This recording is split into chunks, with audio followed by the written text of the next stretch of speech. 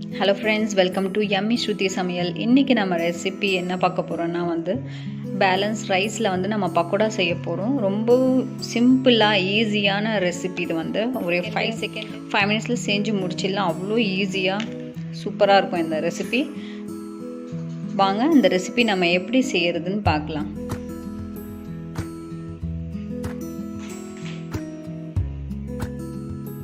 நான் ஒரு பவுல் எடுத்திருக்கேன். அந்த பவுலில் மீந்த ரைஸ் ஒரு கப். இந்த கப்பில் ரைஸ் போட்டிருக்கேன், பேலன்ஸ் ரைஸ். இதில் இப்போ என்னென்ன போகலான்னு பார்க்கலாம். இப்போ நெக்ஸ்ட் நம்ம ஆலு மேஷ் பண்ணுறோம் இல்லையா, ஸோ அதை எடுத்துக்கலாம். அதை எடுத்து நல்லா மேஷ் பண்ணிக்கலாம். இது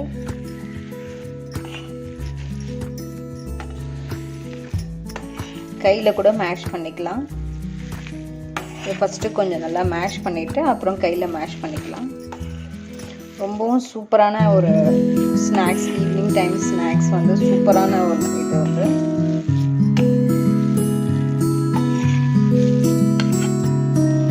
நெக்ஸ்ட் டைம் ரைஸ் மீந்துருச்சுன்னா போட்டுறாதீங்க. இந்த மாதிரி போண்டா மாதிரி அதை செய்யலாம், சூப்பராக இருக்கும். இப்போ இதில் க்ரீன் சில்லிஸ் போட்டுக்கலாம்.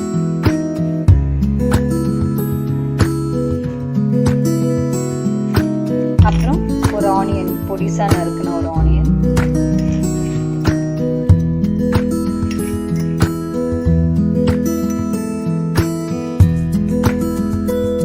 Chilli powder 1/4 spoon. அப்புறம் 1/4 கப் கடலை மாவு.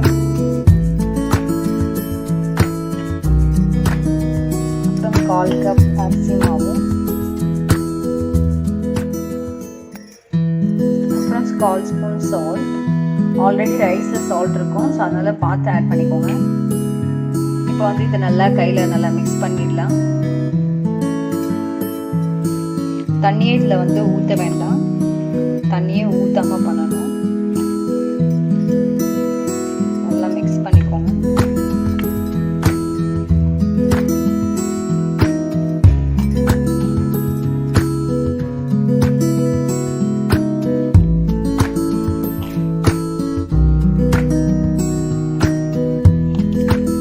டைமில் டீக்கு, ஸோ அந்த மாதிரி ஸ்நாக்ஸ் நல்லா சூப்பராக இருக்கும். இது நெக்ஸ்ட் டைம் ரைஸ் இருந்துச்சுன்னா வேஸ்ட் பண்ணாதீங்க. இந்த மாதிரி போண்டா மாதிரி செஞ்சு கொடுங்க, நல்லா சூப்பராக இருக்கும்.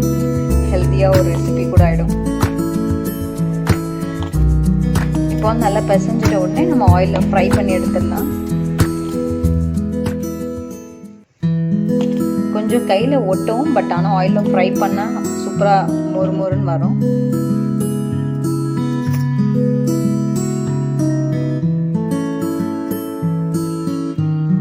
ஃப்ரை பண்ணுறதுக்கு தேவையான ஆயில் நான் பேனில் ஊற்றிருக்கேன். இப்போ ஃப்ரை பண்ண ஆரம்பிக்கலாம். பாருங்கள், நம்ம பண்ணையில் இந்த மாதிரி ரவுண்டாக பண்ணிக்கலாம். ஆயில் ஹீட் ஆனதும் நம்ம போட ஆரம்பிக்கலாம். நான் குட்டி குட்டியாக எடுத்துருக்கேன். உங்களுக்கு என்ன ஷேப் வேணுமோ நீங்கள் அந்த மாதிரி எடுத்துக்கலாம். பாருங்கள், நான் ஆயிலில் ஃப்ரை பண்ணுறேன். பாருங்கள், ரொம்பவே கிறிஸ்பியாக இருக்குது. ஆக்சுவலி டேஸ்ட்டும் ரொம்ப சூப்பராக இருக்கும்.